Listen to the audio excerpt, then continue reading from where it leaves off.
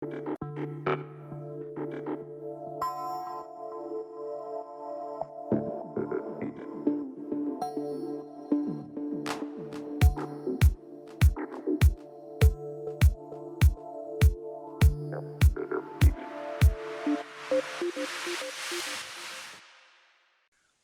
saludo a los televidentes del canal del Congreso de la República de Colombia. Les damos la bienvenida a este espacio de Cámara Abierta, programa de la Cámara de Representantes que busca destacar y resaltar a quienes contribuyen en la formación de los valores sociales, institucionales y democráticos del país. Hoy, con unos invitados de lujo, de personalidades del tema de los derechos humanos. Nos acompaña la doctora Piedad Lucía Bolívar Góez y el doctor Johnny Javier Ñustes Ducuara, abogados ambos, con magíster en Derechos Humanos y Bioética, la doctora Piedad Lucía, y con magíster en el tema de Derecho Médico, el doctor Johnny Javier. Doctora Piedad Lucía, bienvenida a este programa de Cámara Abierta. Doctor Gustavo Casasbuenas, muchísimas gracias por la invitación y espero que este espacio sea importante para nuestro país. Gracias, doctora. Doctor Johnny Javier, bienvenido a este programa de Cámara Abierta. Doctor Gustavo, muy buenas tardes a todos los que nos sintonizan en este momento. Muchísimas gracias por la invitación. Definitivamente acá prestos a compartir en lo que podamos ayudar a enriquecer el conocimiento. Bueno, hablando de este tema de los derechos humanos, ¿cómo va eso en el mundo? ¿Cómo van los derechos humanos en Colombia? Eso, doctora Piedad Lucía. Bueno, doctor, el tema de los derechos humanos, voy a hablar primero en el mundo. Tenemos que tener en cuenta que si bien son unas pautas universales, están positivizadas en cada uno de los países, pero cada uno de los países también tienen sus propias políticas y en esa medida pues se protegen en mayor o menor medida unos u otros. En Colombia, cuando nosotros hablamos de derechos humanos, pues tenemos que hay muchísimos derechos que se vulneran, no solamente por el Estado, sino también por la sociedad y en general por todos los ciudadanos. Hay otros derechos por los cuales hemos trabajado duramente y han logrado una mayor protección del Estado, así sea a partir de la Corte Constitucional. Doctor Johnny, hay una pregunta que a uno le asalta y es mirar, dicen que la globalización empieza a debilitar los estados y los van reduciendo y los estados van perdiendo autonomía y autoridad gracias a todo este tema de la globalización y los derechos humanos son parte de ello. ¿No cree usted que los derechos humanos están contribuyendo a acabar con los estados? Bueno, muy buena pregunta, mi doctor Gustavo. No creo que contribuya a terminar la autonomía de los estados precisamente porque el reconocimiento de estos derechos humanos hace parte de convenios en donde la voluntad de los estados ha concurrido precisamente a reconocerlos, pues desde la teoría de los derechos humanos estos vienen siendo al margen de la discusión de si son propios de la persona per se o si tienen un reconocimiento más instrumental desde elementos positivos de que, digamos, los tratados y demás, vienen siendo depositadas las voluntades de los estados en reconocer estas garantías. Lo que ocurre sí es que por efectos del derecho positivo viene un poco retrasado en cuanto a las necesidades sociales en la sociedad y lo estamos viendo precisamente en la actualidad con lo de la pandemia del COVID. Vemos situaciones que están presentándose que requieren regulación, que requieren una implementación, si se quiere, jurídica, al margen de la dinámica social que se da por la misma premura del asunto. Pero más que todo, creo que están concurriendo muchas voluntades, inclusive se encuentran muy buenas doctrinas, buenas jurisprudencias, pronunciamientos en cuanto al reconocimiento de derechos y que incluso los países ya vienen siendo más allá del derecho como por cultura vienen reconociendo ciertas garantías a sus mismos conciudadanos y a los demás, que es como la dinámica que se viene dando en la actualidad. Doctora Piedad Lucía, ¿cuáles son los principales actores que violan los derechos humanos en Colombia y quiénes son los más vulnerables a esas violaciones? Yo no me concretaría a decirle A o B. Para mí, en Colombia, todos somos vulneradores de los derechos humanos. Que hay personas más vulnerables que otras, sí, obviamente aquellas personas que están sin la garantía incluso de todos los derechos, de los más mínimos derechos que deberían estarlos protegiendo. Pero yo sí no me atrevería a decirle quién es el mayor violador de derechos humanos en Colombia, porque sí creo que encontramos vulneradores en todas las esferas, en todos los ámbitos, tanto gubernamentales como no gubernamentales. Bueno, hay algo que normalmente el común de la gente se preocupa. ¿Por qué no hay una difusión grande? Todo el mundo habla de derechos humanos, pero es más, incluso hay una publicidad de un ente que promueve estos derechos humanos y preguntan en la calle, ¿ustedes saben cuáles son los derechos humanos? Y la gente no tiene ni idea cuáles son los derechos humanos, ni cuántos son.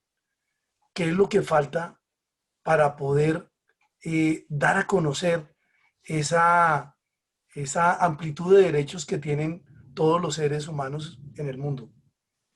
El tema no es de que no hayamos hecho algo por impartirlo.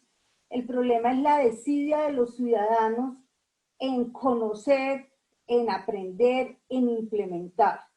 Yo me sorprendo cuando yo veo que precisamente en los medios hacen estas preguntas, pero cuando usted va a ver los cursos y los contenidos escolares, académicos, ya sea en primaria, en secundaria, incluso en la universidad, uno encuentra que desde muy tempranas edades a los niños se les están impartiendo estas lecciones. La verdad, yo no sé en qué momento llega el borrón de neuronas para los ciudadanos colombianos. Pienso que es más desidia y desinterés en las propias cosas nuestras, de nuestros semejantes y del Estado. Doctor Johnny Javier, ¿usted cómo ve ese tema? ¿Qué es lo que nos falta? Sí, doctor Gustavo, creo yo, faltan muchísimas cosas. Lo primero es una corrección educativa, educativa en el sentido que cuando vemos, como lo dice la doctora Piedad, un pensum o un plan educativo institucional, al implementarlo dentro de los cursos, inclusive en niveles inferiores, desde, si se quiere, preescolar, escolar, ya primaria, secundaria y demás, vemos que las temáticas son muy rígidas en cuanto a que se restringen solo al escenario tal vez de texto y no se busca como la comprensión del estudiante o del pequeño, si se quiere, para que logre identificar con cuáles son estos derechos humanos. Pues partemos del hecho que los derechos humanos, si bien tienen algún reconocimiento en un listado positivo, no solo se limita a eso, sino que podemos limitarlo inclusive al ejercicio cotidiano de interacción social. Yo no le respeto la vida al otro ser humano porque esté depositado en la Constitución o porque sea reconocido en un tratado internacional, sino por el simple hecho de que reconozco al otro como mi igual o como alguien digno de respeto. En ese sentido, hablando de dignidad, inclusive se logra la concepción desde escenarios escolares muy puntuales, muy recientes, si se quiere, sin necesidad de llegar a la teorización. Entonces, tenemos hoy en día tal vez una sociedad formada en cuanto a títulos, en cuanto a especializaciones, pregrados y demás, y en la teoría manejan muy bien el punto de lo que es el derecho a la vida, la dignidad, la honra, el buen nombre, libertades y garantías reconocidas universalmente, pero al llegar al punto de reconocimiento e interacción social, la persona se queda corta. Entonces hace parte, creo yo, de un escenario de focalizar en estas habilidades interpersonales, que es sí, por un lado, una responsabilidad educativa institucional de la escuela, de la academia, por otro lado, una responsabilidad muy familiar y por otro, una responsabilidad muy social. Bueno, vamos a ir a unos mensajes institucionales y ya volvemos nuevamente con esta charla tan importante y tan interesante.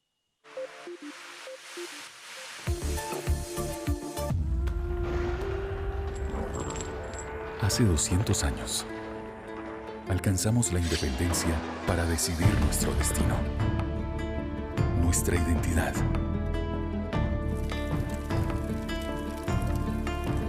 Y nuestra moneda. Un legado que trasciende en el tiempo. Con orgullo presentamos la moneda del Bicentenario de la Independencia de Colombia. 200 años de una nación en el mundo. Banco de la República.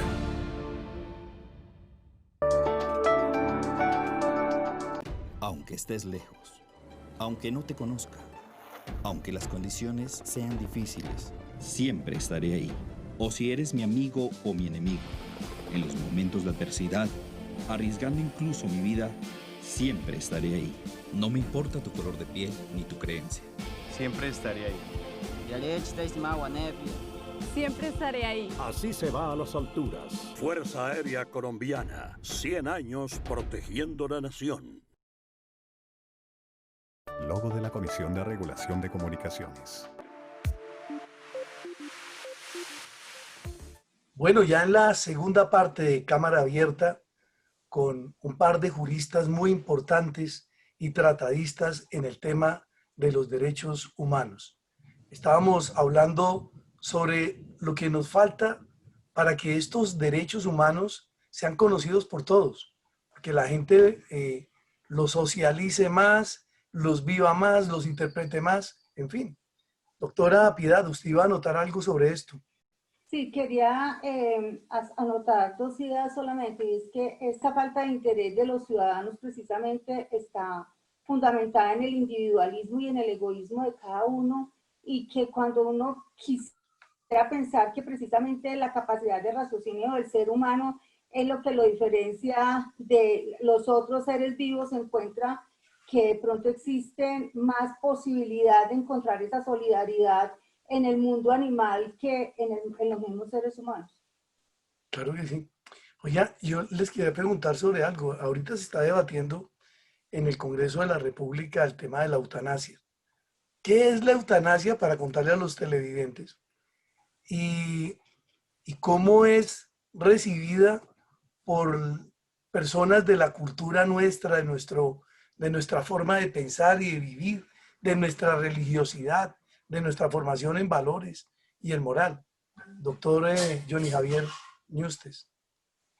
Gracias, mi doctor Gustavo. Bueno, digamos, la palabra eutanasia, si se quiere, hace parte más bien de una categoría técnica, jurídica, para encuadrarla dentro de unas actividades positivas, más bien para lograr un objetivo que se busca, que es más bien el buen morir o la muerte digna. Tenemos diferentes alternativas más allá de la eutanasia propiamente dicha.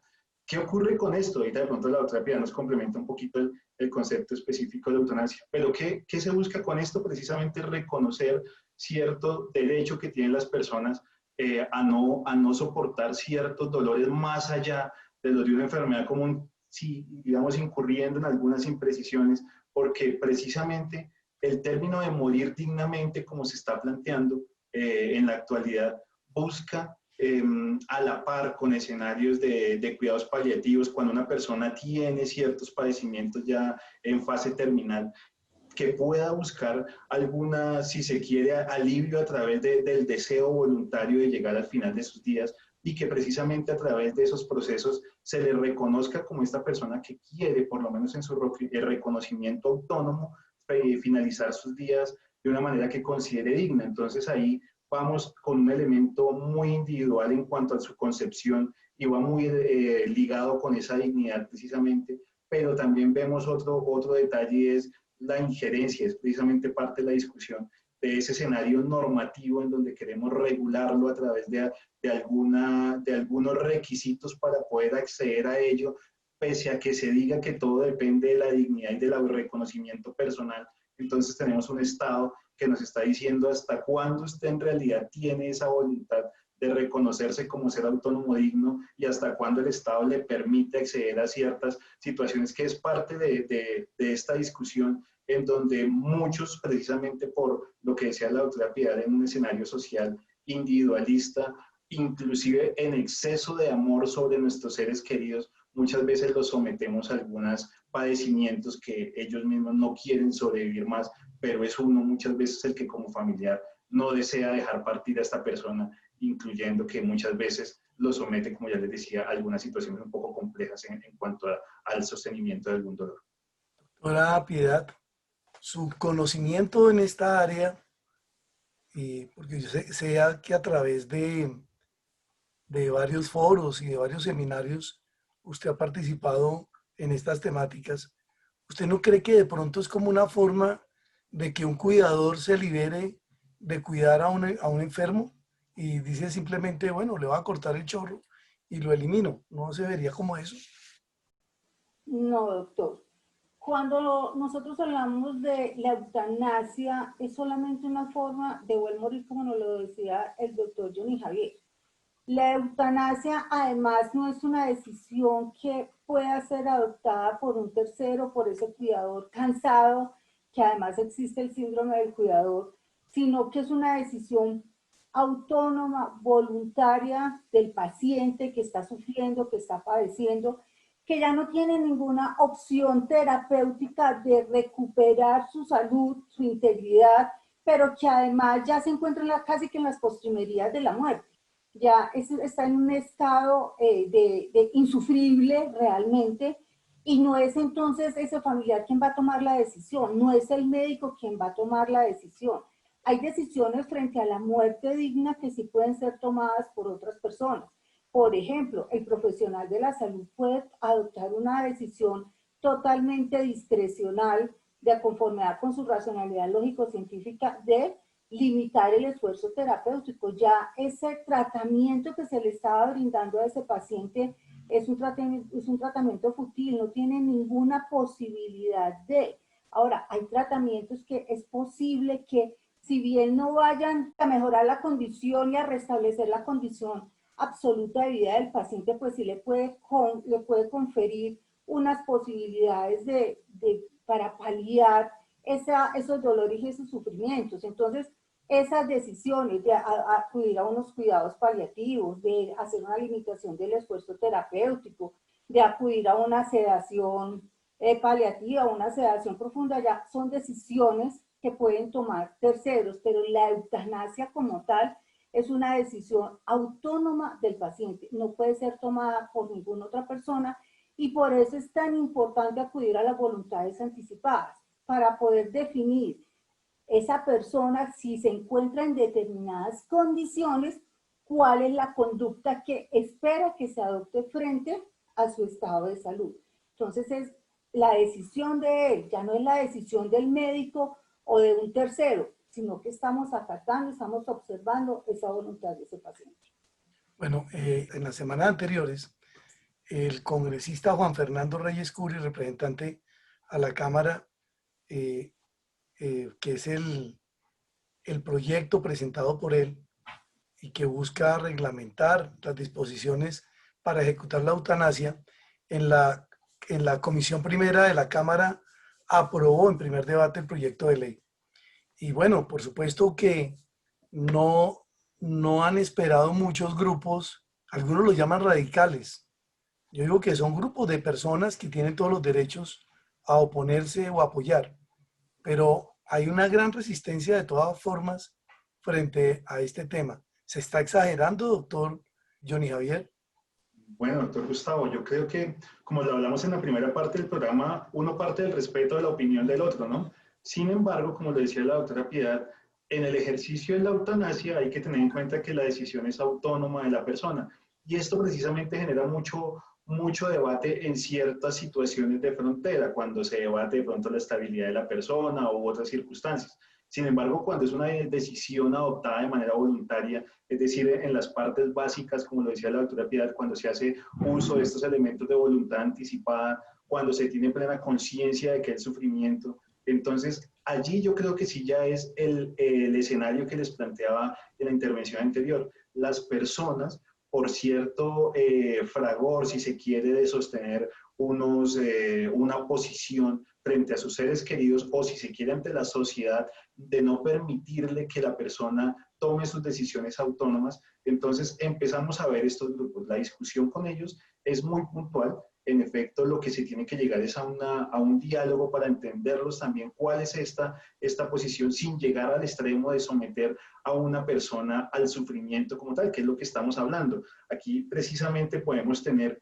por estas situaciones a una persona afectada con dolores que ni siquiera medicamentos de la más alta especialidad logran paliar esos dolores. Entonces, cuando llegamos a esta situación, hay que hacerles comprender o ver por lo menos esta realidad de los grupos, decirles, mire cómo está esta persona sufriendo en un punto donde ya ni siquiera es humano sostener a la persona con este dolor. Ya no existe medicamento, no existe tratamiento, no hay posibilidad de mejoría, no hay posibilidad de recuperación, tan así que inclusive en los estudios que se hacían precisamente dentro de la resolución del Ministerio del Ministerio en cuanto a la regulación de la eutanasia se decía, hay unos escenarios grises en cuanto a la determinación de cómo entendemos esa fase terminal. Hay situaciones donde no se logra establecer de manera puntual desde la técnica y se le dice una pregunta que me causaba curiosidad en este anexo técnico, que es, se le pregunta al médico, ¿le sorprendería si su paciente fallece en los próximos 6 meses? Y la respuesta es, no me sorprende. Entonces es una persona que requeriría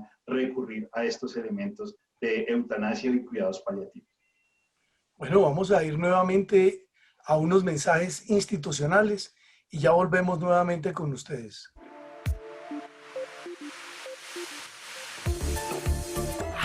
A denunciar facilita la denuncia. Me robaron y denuncié. A mí me extorsionaban y decidí denunciar. A denunciar crece. Ahora usted puede denunciar más delitos, sin filas y en pocos minutos. Hurtos, falsedad en documento público y privado, estafa. Con su denuncia lo estamos logrando. Sigamos denunciando. Ingrese a la página web de la Fiscalía o de la Policía Nacional y siga las instrucciones. Una Fiscalía de la gente, por la gente y para la gente.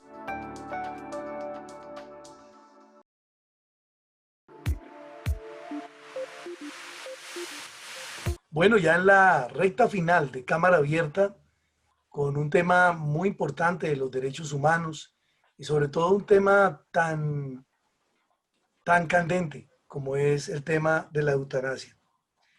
Doctora Piedad, remate usted ese tema de la eutanasia, por favor. Bueno, la verdad es que estoy muy complacida con que ahora sí los congresistas se hayan animado a avanzar en el tema de regulación de la eutanasia que el país lo estaba pidiendo desde 1997.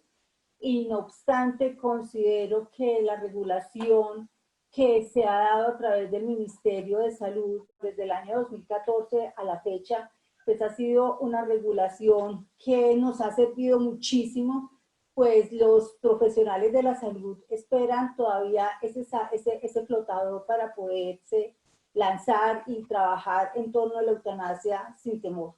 Pero sí es importante que quede muy claro que no estamos hablando de eutanasia como única forma de muerte digna, sino como última forma de muerte digna, si así lo decide el paciente. Entonces, un aplauso a la Cámara y muchísimas gracias por estar trabajando este tema.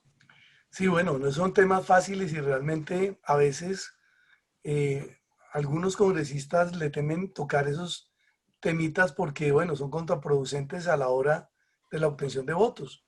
Pero yo pienso que en estos recintos de la democracia era necesario este gran debate.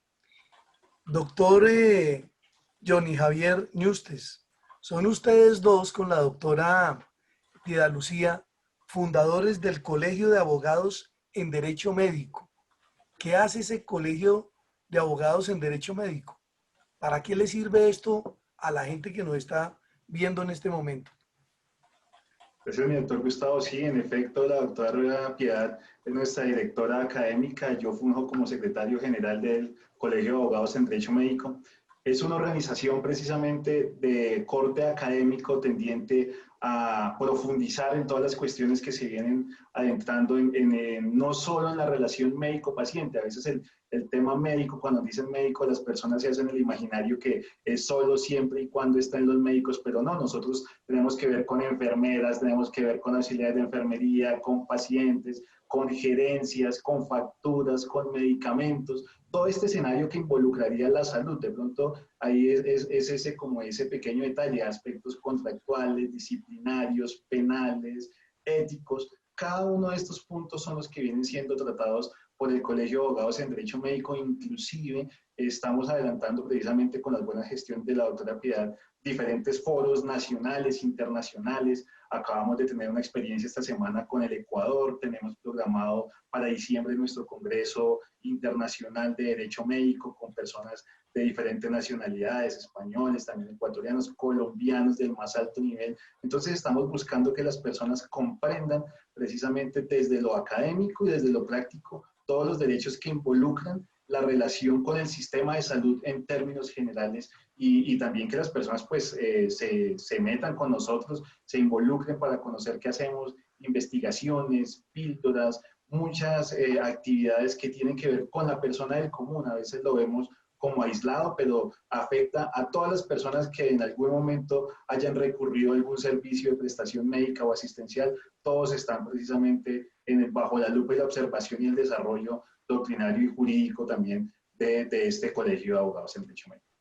La doctora Piedad estaba levantando la mano, doctora. Sí, dos palabritas que creo que es bien importante decirlo, que con relación a este tema del derecho a la muerte digna, la Fundación Derecho a Morir Dignamente también ha trabajado por más de 40 años en torno al mismo, logrando unas grandes metas, y de esta fundación también hago parte de su consejo directivo, entonces también acudamos a él, que ellos nos ayudan a dirigir, a planear nuestra muerte digna a través de nuestras voluntades anticipadas. Bueno, muchísimas gracias.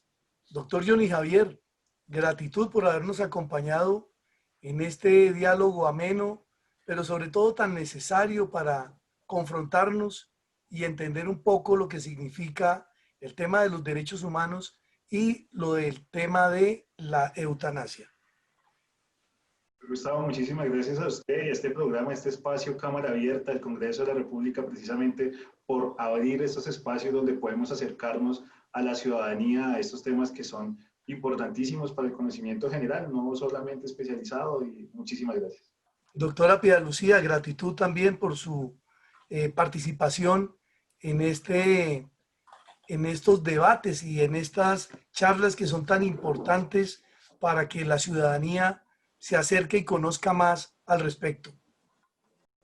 Muchas gracias, doctor. Muchas gracias por este espacio, porque la verdad sí considero que tenemos que desestigmatizar los términos y poder acceder a una vida digna y a una muerte digna como forma de vida digna. Bueno, nuestro agradecimiento a todos nuestros televidentes y a todo el cuerpo técnico que hace posible llegar a ustedes. Y por supuesto, a nuestra jefe de información y prensa de la Cámara de Representantes, la doctora Paula Andrea Rodríguez Zanabria. Y solo nos resta decir, como siempre, Dios bendiga a Colombia.